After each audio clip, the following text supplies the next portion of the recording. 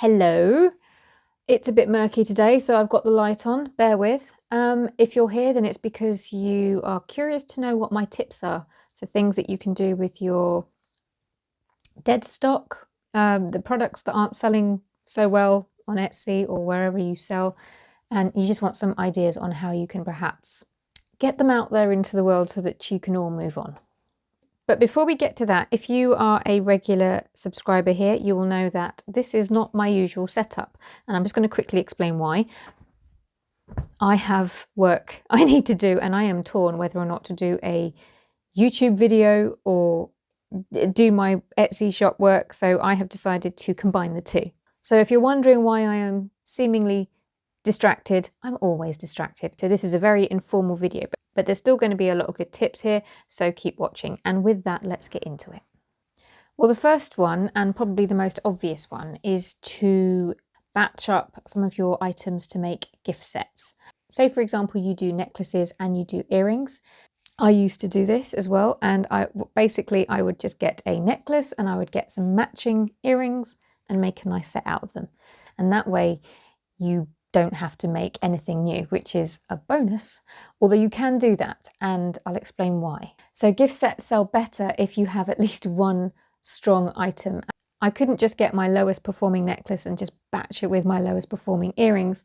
There had to be something cohesive that linked them together. So I would use colours or themes. So finding ways to make gift sets out of your existing stock is a really useful way to keep everything moving. Now, tip number 2 is an interesting one, and not all of you are going to be able to take advantage of it, unfortunately, because it's going to be limited to those who have smaller items, such as jewellery, again, I guess, something like that. And this tip is essentially to send them out as little freebies with your existing orders. And now you can see why this one is kind of limited to people with smaller items. What prompted this tip, and also actually this entire video, was seeing a comment on a post on Instagram, and I can't remember, it was a meme account, I can't remember which one, I'll have to see if I can find it, but basically it was someone, the meme itself was poking fun at how sellers feel when they go above and beyond for a buyer and they only get 4 stars. And as you may have seen from previous videos, I feel their pain. But I was reading through the comments, and of course it was people like me, mostly sellers, going, oh my God, this is so terrible. Why do people do this? But one comment really stood out, and it was a person who said 5-star ratings are for people who send out freebies. The entitlement in that comment was off the scale. But then so was the honesty. This person is a buyer and is someone who leaves 4 stars, which is annoying. It's always useful to understand why the reasoning behind.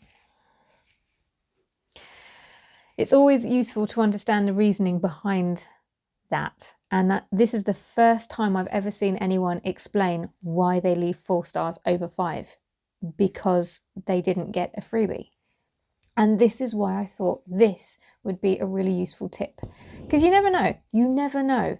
If you have any stock that is just sitting around gathering dust, then maybe pop it in with an order, and it might even make the difference between a 4 and a 5-star review. This doesn't mean to say that you can chuck in any old tat. I only think freebies are worthwhile if they enhance the order. My point is, a well thought out freebie can make the difference to your buyer. So if you have something that isn't selling as well in your shop, then do think about passing it on as a freebie if you can, and if it makes sense to what the person has bought. Right, I'm just going to interrupt my video very, very quickly because I have to share this. Right, listen to this. That is tension heaven.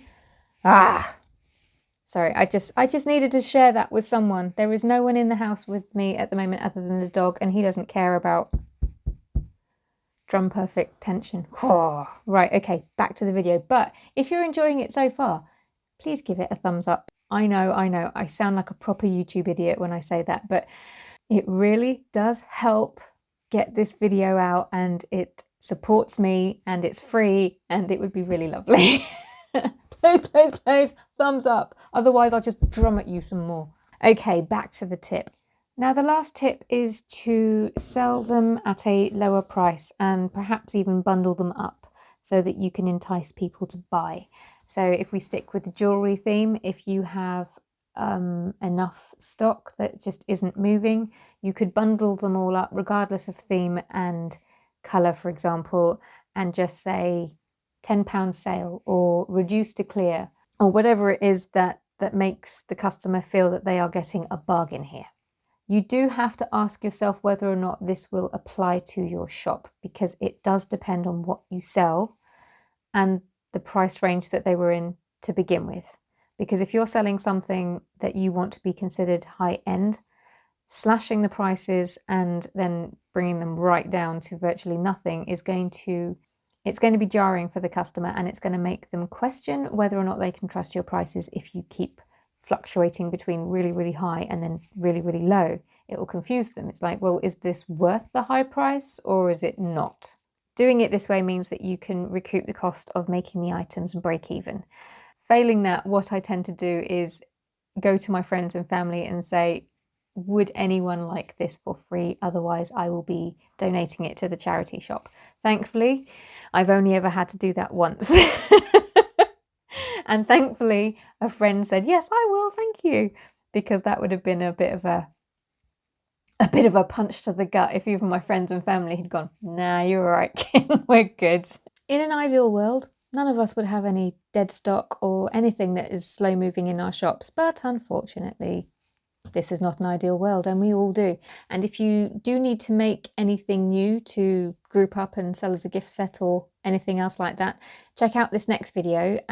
It's basically me covering what Etsy has decided are trends for this year and the holiday season. So give that a watch, and I will see you next week. Ta-da!